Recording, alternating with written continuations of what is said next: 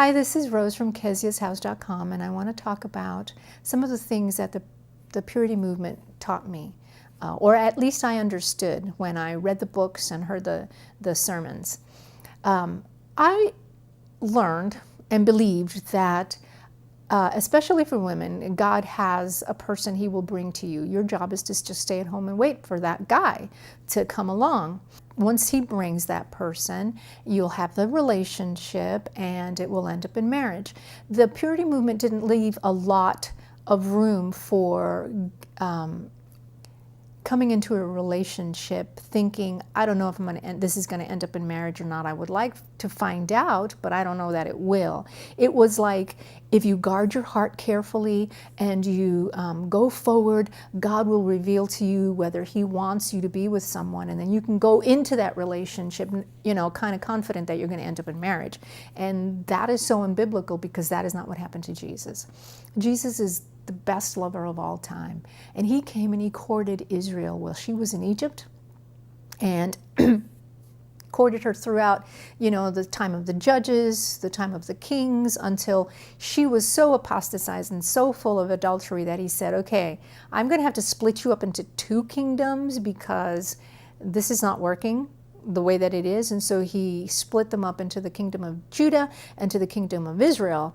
And then Israel kind of continued in her adulterous ways, and God said, I'm divorcing Israel. And He said to Judah, look, your sister, I'm divorcing her, and I'm sending her off to Assyria and all around the world because I'm done with that. And you have this opportunity to mend your ways, because you're kind of walking in the same path that your sister was. But Judah didn't change, and ultimately she went into captivity in Babylon. After 70 years, she came back to Canaan, and then about 500 years after that, Christ was born. Now, you would think that at that time, His bride, or His future bride, would get her act together and see, wow, the guy is here. It's not any more Moses. It's not any more prophets. It's not any more kings.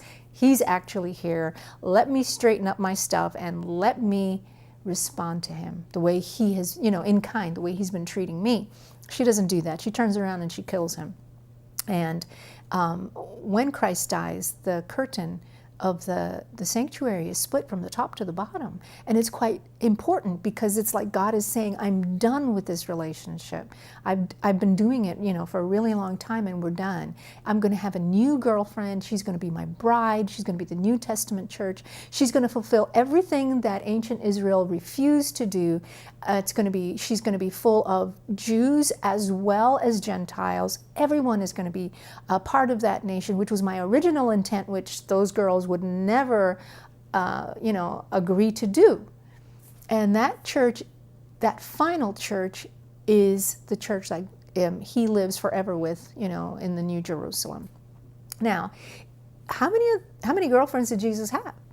I count 3. If we count ancient Israel, the split kingdoms as one, and then the New Testament church. Now, He never failed at any of those relationships. He was always perfect, but the relationships were not. And although He was always a wonderful suitor and did everything right, He was still heartbroken. So those two ideas about God is going to bring you your one and only, and through that, you're going to have this great relationship, you're going to end up in marriage, and it's going to be happily ever after, is not biblically sound.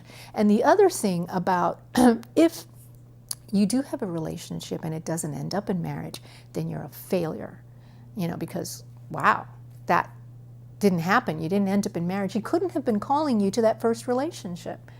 And I actually had a young person tell me that one of the reasons they didn't want to ask a girl out was because he felt like, I'm not sure that God is calling me to this, and if He's not, then, we'll end up breaking up, and then it'll be like, I wasn't paying attention to God anyway. And I'm like, that's not right. Christ was doing everything that His Father wanted Him to do. He was being obedient, but the relationships with ancient Judah and with the split kingdoms didn't work out. It was not that he wasn't being in God's will. So those are 2 things that I wanted to discuss today, and tonight just blow your mind and to stop thinking the things that I used to think, so you don't make the same mistakes that we did.